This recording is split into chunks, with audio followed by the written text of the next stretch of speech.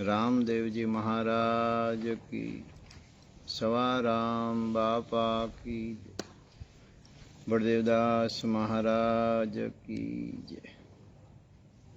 आज शक्ति वैराई मात की, सर्वे शक्ति मात की, गुणपति महाराज की, हनुमान जी महाराज की जय। जय सीताराम।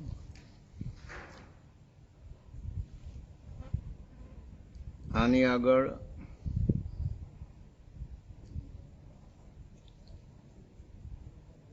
આધ્યાત્મિક વિષયમાં ભક્તિ ભજન, પરમાર્થ, સંત સેવા, દાસપદ, દાસીપદ એ વિશે જે વાત થઈ એના અનુસંધાને થોડી આગળ વાત કરીએ. દાસપદ સર્વથી અધિક છે. ગુણવંતના ગુણનું રહસ્ય એ દાસપદ છે. ગુણવંતને બધાએ નમન કર્યું છે.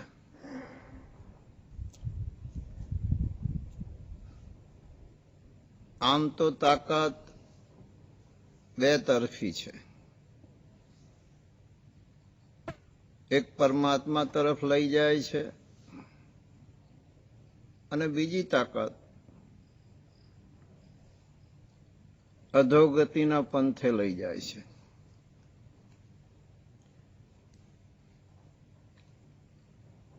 આ વિશ્વમાં બે પ્રકારના ટોળા ફરે છે.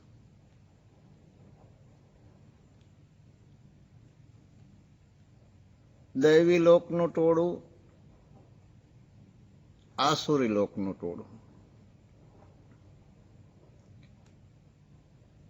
દૈવી લોકના ટોળામાં દયા, ગરીબી, બંદગી, શીલ સંતોષ, કોમળતા, વૈરાગ, વિવેક અને વિચાર છે. હવે આસુરી લોકના ટોળામાં કામ, ક્રોધ, લોભ, મોહ, આશા અને તૃષ્ણા છે. કંઠસ્થાનથી ઉપરના ભાગને મહાપુરુષો ગગનમંડળ કહે છે. ગગનમંડળની મધ્ય ભૂમિકાને ઈંડ કહે છે. પિંડ બ્રહ્માંડમાં ગગનમંડળમાં એક એવી ભૂમિકા છે કે જેને સવારામ બાપાએ અખે મેલ તરીકે દર્શાવેલ છે. ત્યાં હરદમ આનંદ જ છે. એ મહેલમાં અમૃતનો દરિયો એટલે અમૃતની ધારા વરસી રહી છે. અમરબુંદ એટલે નાદ પુરુષ જેનાથી પ્રકાશે છે તે. અજરબુંદ એટલે જેનાથી આ દેહ બંધાયો છે તે. તે બંનેની ઉપર અવિનાશી પુરુષ છે અને અવિનાશી પુરુષથી તે બંને પ્રકાશ છે. સમગ્ર વિશ્વનો વ્યવહાર અજર પુરુષથી સંકળાયેલો છે. ઉત્પત્તિ, સ્થિતિ અને લય એ કામ પણ અજર પુરુષનું છે.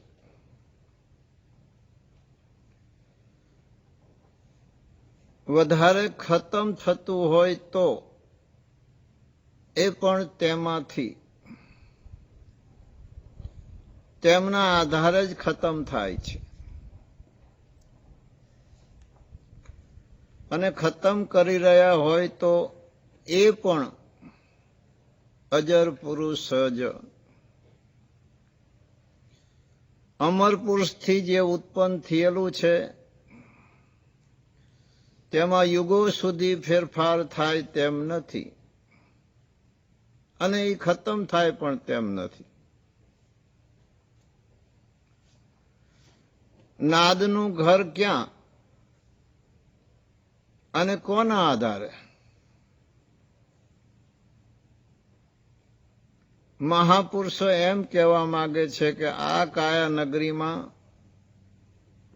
જે મૂળ સ્થાન છે, કે જ્યાં પાણી છે ત્યાં પ્રતિબિંબ છે, ત્યાં પ્રકાશ છે, અને પ્રકાશ છે ત્યાં નાદ છે.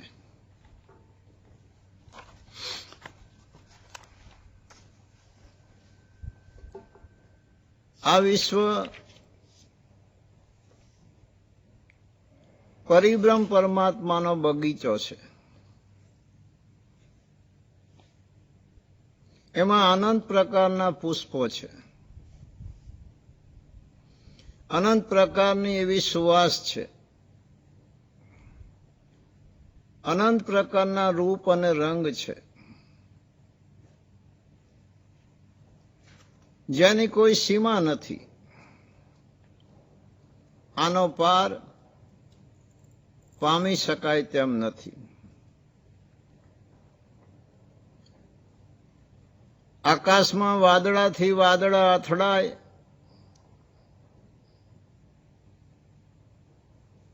તો વીજળી થાય,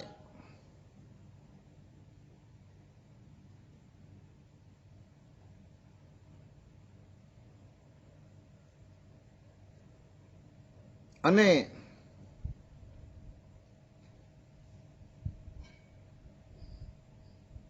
વાદળાથી વાદળી અથડાય તો આ શક્ય બને છે.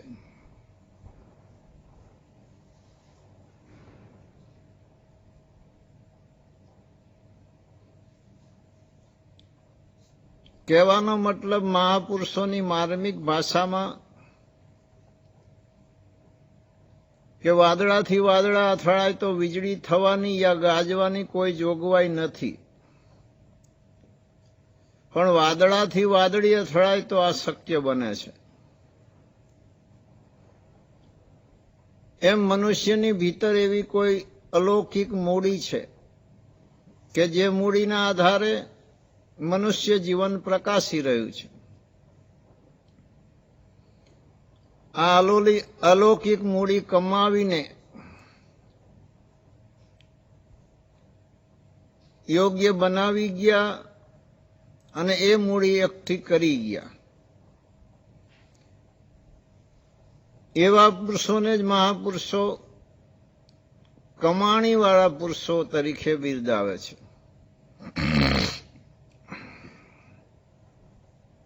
વિદેહ મુક્ત એને કહેવાય કે જે મહાપુરુષો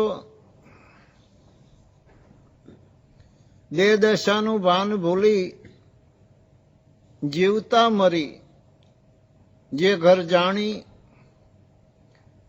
એ સુખ અનુભવી ફરી પાછા જીવતા થઈ એ ઘરનો જે સંદેશો આપી ગયા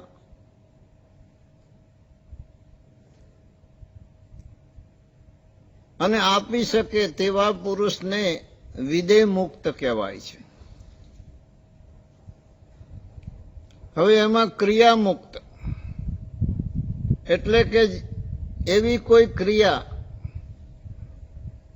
અથવા એવું કોઈ કાર્ય કે જેને કોઈ પણ પુરુષ અપનાવે અને એ ક્રિયા યા કર્મના આધારે તેઓ મુક્ત બને તો તેને ક્રિયા મુક્ત કહે છે. પછી એ કર્મ તેમને કરવાનું રહેતું નથી. પછી એક સ્વમુક્ત. સ્વમુક્ત એટલે કે પોતે સતલોકથી જ આવ્યા હોય છે, એમને કંઈ પણ કરવું પડતું નથી, પોતે સ્વયં મુક્ત જ હોય છે. સ્વમુક્ત અને વિધેય મુક્ત પુરુષો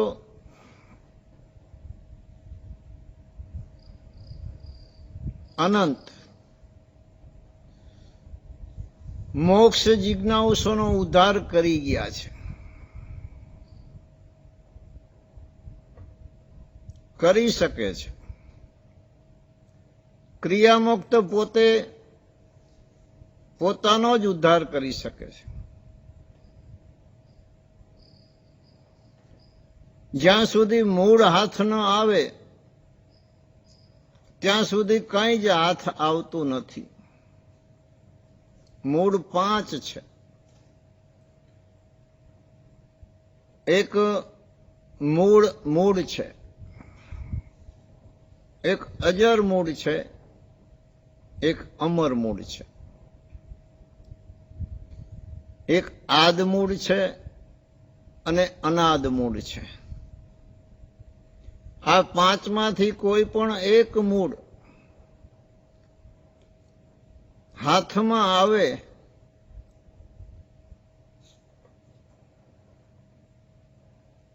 તો સારું. આ 5 મૂળ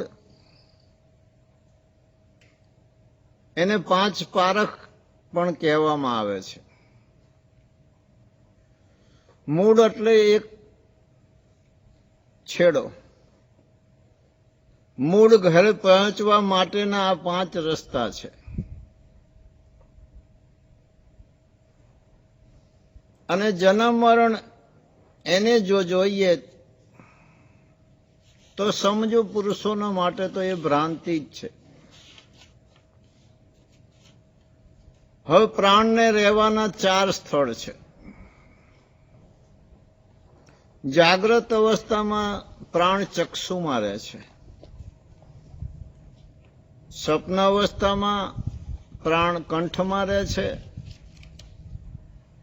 સુષુપ્તિ અવસ્થામાં પ્રાણ કલેજામાં રહે છે અને તુરીય અવસ્થામાં પ્રાણ નાભીમાં રહે છે.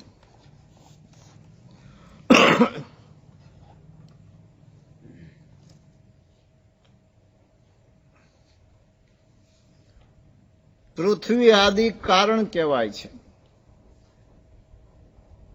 પ્રજાપતિ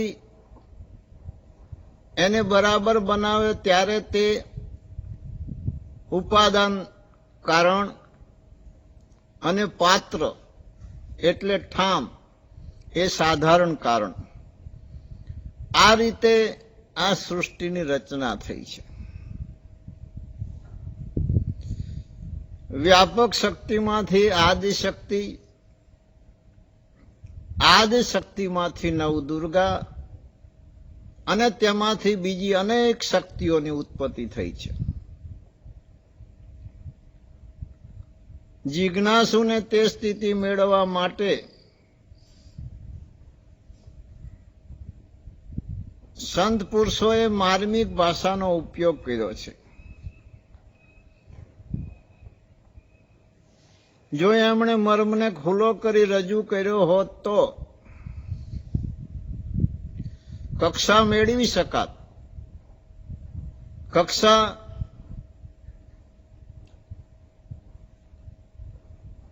ના પણ મેળવી શકાત, અનુભવ પણ ન મેળવી શકાત. એ દરજ્જે જઈ પણ ન શકત.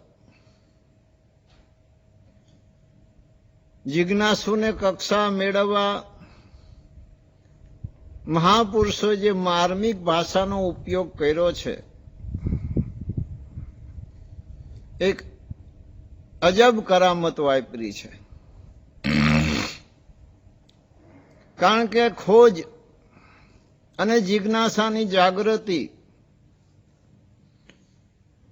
મહાપુરુષોએ જે ભેદ અને મર્મ રાખ્યો એના લીધે જ વિશેષ પ્રમાણમાં વિશ્વની અંદર થઈ રહી છે.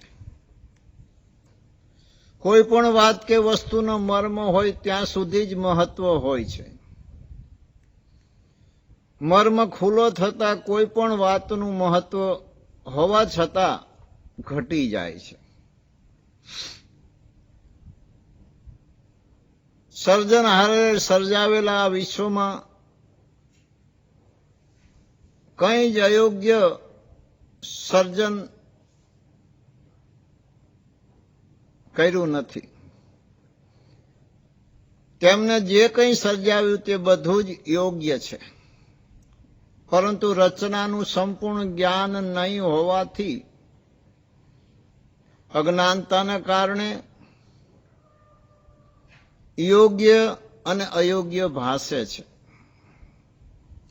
પરાક્રમ, પીરાય, તાકાત, યોગ્ય, અયોગ્ય, ઇન્સાફ, પતન, ઉત્થાન એ બધું શબ્દના પરિપૂર્ણ વિવેકમાં જ સમાયેલું છે. અને વિવેક છે તે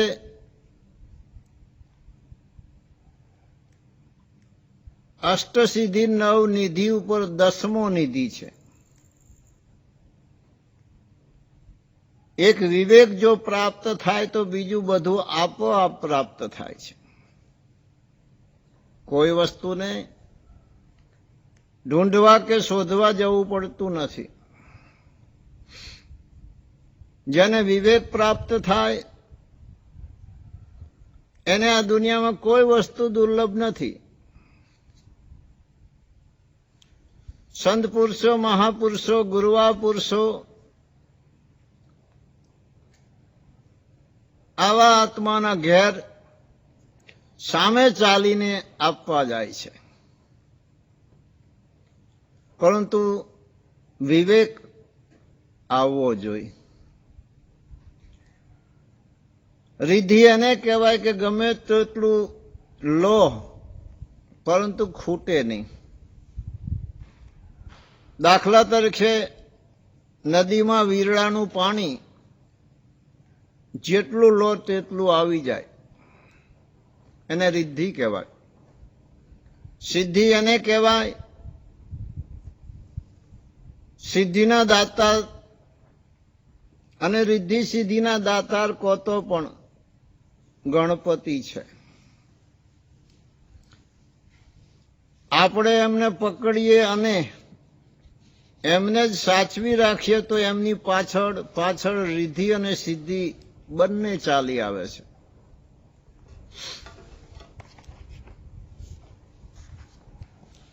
સિદ્ધિ એને કહેવાય એક બીજ વાવો અને અનેક બીજની પ્રાપ્તિ એક કણસલામાં થાય છે. હવે સુરતા એટલે પ્રકાશ, શબ્દ એટલે નાદ. બંનેનો નાતો જોડાય તો મહાપુરુષોની માન્યતા પ્રમાણે આપણને આપણું ઘર પ્રાપ્ત થયું એમ મનાય. અને બીજ જ્યારે અખંડ બને ત્યારે તે પૂનમ કહેવાય છે. મનુષ્ય કક્ષામાં પણ આવું જ છે એવું મહાપુરુષોનું માનવું છે. જે અંતર્મુખી વર્તી કરીને બેઠા છે તેને જ મહાપુરુષો ડાયા પુરુષો કહે છે, ડાયા માને છે. આવી અંતર્મુખી વર્તીવાળાને નિજાનંદ પ્રાપ્ત થવાનો સંભવ છે. હવે સુરતા જ્યારે શબ્દને મળે છે ત્યારે જ નિજાનંદ સુખ અનુભવાય છે.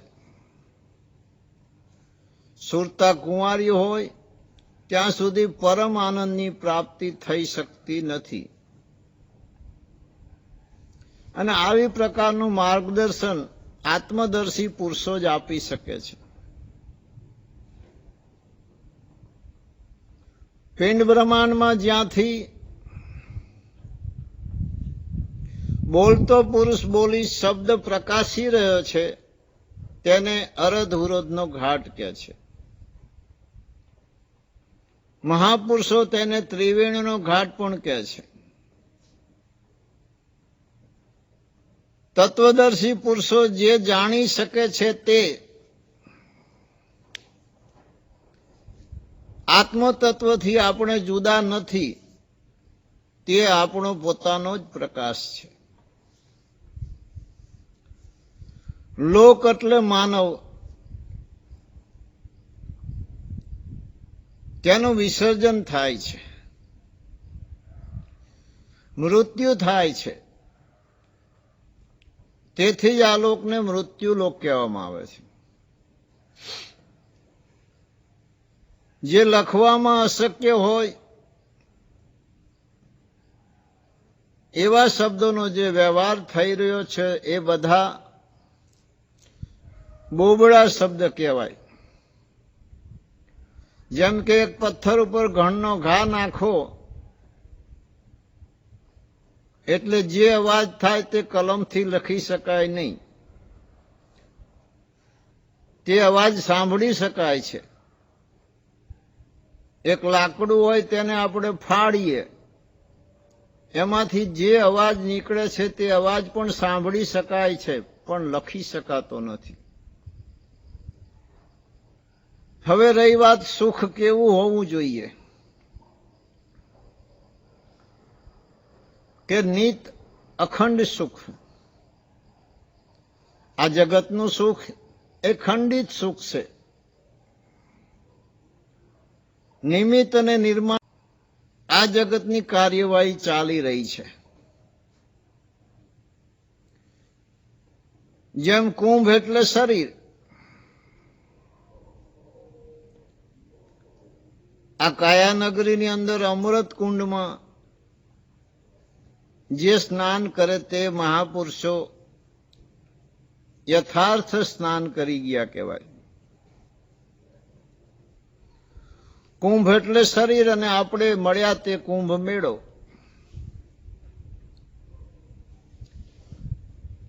હરખ અને પ્રેમમાં તફાવત છે.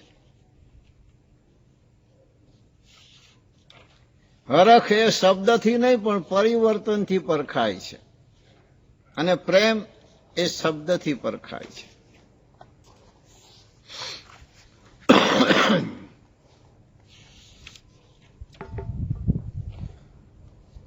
કંઠ સ્થાનથી ઉપરનો ભાગ ગગનમંડળ અથવા તો બ્રહ્માંડ કહેવાય છે. માનવ, પશુ પક્ષી દરેકને બ્રહ્માંડ છે. આથી અનંત બ્રહ્માંડ કહેવાય. અને દરેકના ગગનમંડળમાં પરમાત્મા હોવાથી તે અનંત બ્રહ્માંડના નાથ કહેવાય છે.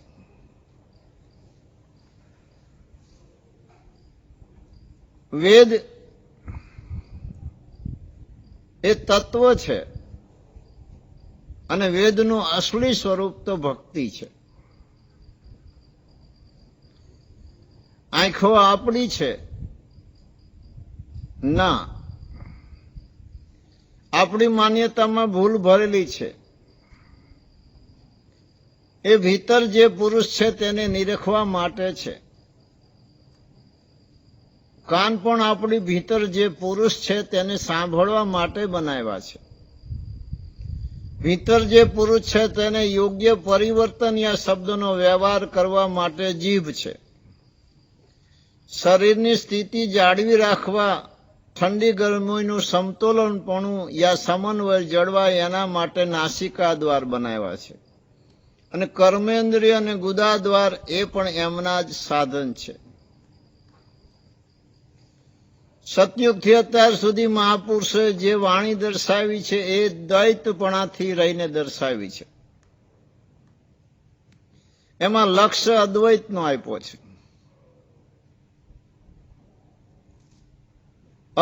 અદ્વૈતમાં તો કંઈ જ બોલવાનું સંભવતું નથી. કોઈ પણ શબ્દનો વ્યવહાર કે કથન કરવું હોય, અગર મહાપુરુષો જે ઘરે પહોંચ્યા તે ઘરનો જે કંઈ સંદેશો આપવો હોય તો દ્વૈતપણામાં જ આપી શકાય છે. હવે આગળ ચક્ષુની વાત. ચક્ષુ 4 પ્રકારના છે. ચર્મ ચક્ષુ, જ્ઞાન ચક્ષુ, દિવ્ય ચક્ષુ અને પારખ ચક્ષુ. જેની પાસે જેવા ચક્ષુ હોય તેવું તેને દ્રષ્ટિથી પરખાય છે. હવે આગળ જીવમુખ, માયામુખ, બ્રહ્મમુખ અને ગુરુમુખ એવી 4 પ્રકારની વાણીની ધારા જેમાં સમાયેલી છે એવા જે ગ્રંથો છે એમાંથી પરિપૂર્ણ થયેલ પુરુષો જ અસલ તત્વને ખેંચી શકે છે. મહાપુરુષોએ વાણી દ્વારા સંદેશો આપ્યા છે. જેવો જેનો અનુભવ એવું તે પકડી શકે યા સમજી શકે. પરમાત્મા ક્યાં નથી? અણુ અણુમાં સમાયેલા છે. પરમાત્મા યા બ્રહ્મ ઘટોઘટ વ્યાપી રહેલ છે, પણ આવરણની ઓથે એ સંતાઈ રહેલ છે, માટે જ તેમને શોધવા પડે છે.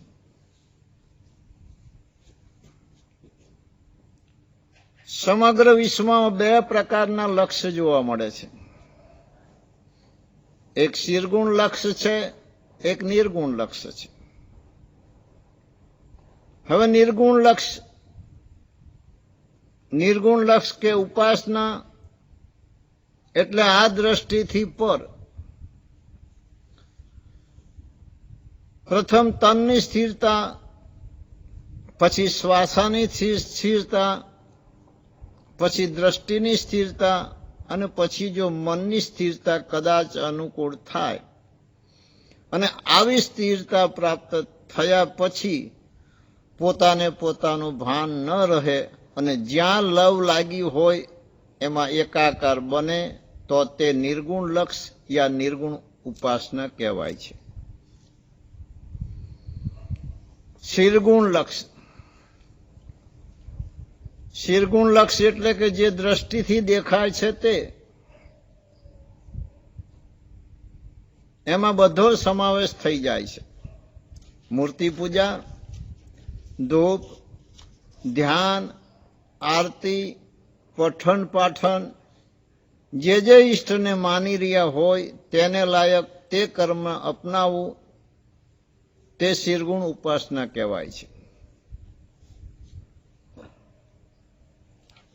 મહાપુરુષોએ આ બંને ઉપાસનાને માન્યતામાં મૂકેલી છે.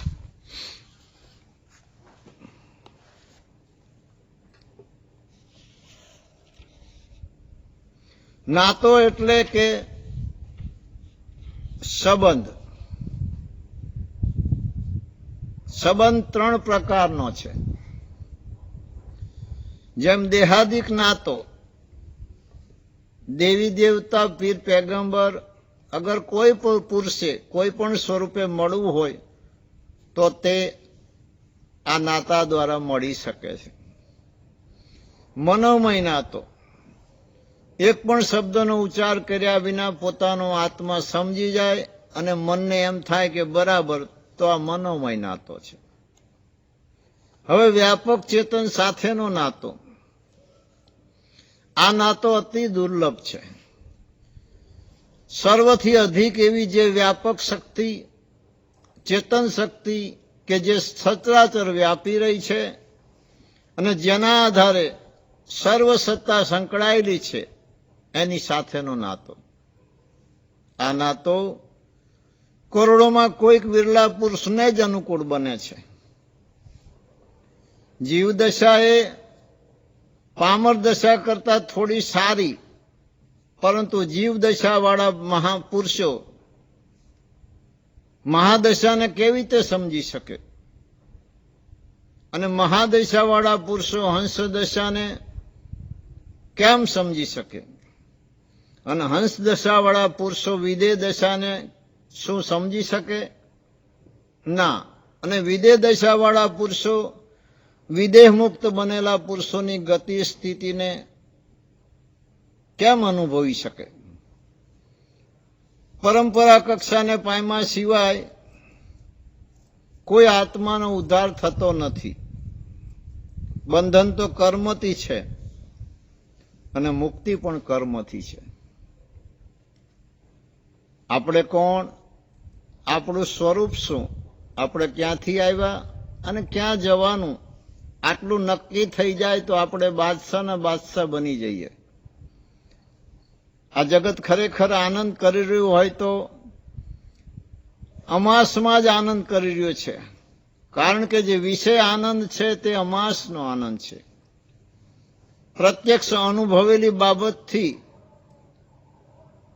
મજબૂતાઈ કંઈક જુદી જ હોય છે, અને જે અનુમાન પ્રમાણ અને બાહેરિક પઠન પાઠનથી જે શબ્દોનો વ્યવહાર તે કંઈક જુદું હોય છે. પ્રત્યક્ષમાં અણુ માત્ર પણ ફેરફાર નીકળતો નથી. સંસાર યા સંસારની કોઈ પણ વસ્તુ યા પદાર્થ દુઃખદાયી નથી. એ કોઈને કોઈ પણ રીતે આવરણરૂપ બની નથી, પરંતુ જીવાત્માની એવી સ્થિતિ છે કે માયાથી લુબ્ધ થઈને પડ્યા છે. માયાએ કોઈને રોકી શકી નથી અને રોકવા તૈયાર પણ નથી. શુભ વિચાર તો આ વિશ્વમાં હરેકને આવવાની શક્યતા છે. શુભ એટલે સારા, પરંતુ શુદ્ધ વિચાર આવવાની શક્યતા ખૂબ ઓછી છે. આ વાતને અહીંયા વિરામ આપીએ. આજના પૂરતી ફરી એકવાર વિશ્વ પર જ્યાં જ્યાં સવારામ બાપાની ગાદીની પરંપરાની ચેતના સાથે નાતો ધરાવનાર સતી સેવકો, દરેક આત્માઓને એક સૂચન કે જ્યારે કોઈ પણ વસ્તુ આપણે નક્કી કરીએ છીએ અને નક્કી કર્યા પછીમાં જ્યારે ફેરફાર થાય છે તો મન અકળાઈ જાય છે. પણ નક્કી શા માટે કરીએ? પરમાત્મા જેમ રાખે એમ રહેવું એવા ભાવથી જ્યારે જે સમયે જે પરિવર્તન કરવાનું આવે એની સાથે ચાલો બરાબર છે એમ માની ચાલીએ તો અંતરમાં ઉકળાટ, અકરામણ, મૂંઝવણ આ જરાય નહીં થાય. એમ સરકારના આદેશ મુજબ જે નિયમ છે એ નિયમનું પાલન કરી દરેક સેવકગણ પોતપોતાના ઘરે રહી એનું પાલન કરી શાંતિથી જે કંઈ આપણાથી થાય એ સત્કર્મ દ્વારા સત્કર્મમાં બાજુ આપણી ચિત્તવૃત્તિ રાખી શાંત ચિત્તે સરસ એવો મજાનો સમય મેળ્યો છે એ સમયને સાર્થક બનાવી આપણું જન્મ અને જીવન સફળ કરીએ. તો આપ દરેકને મારા વતી હૃદયથી ખૂબ ખૂબ અભિનંદન, ધન્યવાદ. જય સિયારામ. મારા અંતરની શુભ આશીષ. આપ સદાના માટે સુખી રહો, ખુશી રહો. સદગુરુદેવ કી જય. રામદેવજી મહારાજ કી જય. સવારામ બાપા કી જય. બળદેવદાસ મહારાજ કી જય. જય જય સીતારામ. નમઃ પાર્વતી પતે. હર હર મહાદેવ.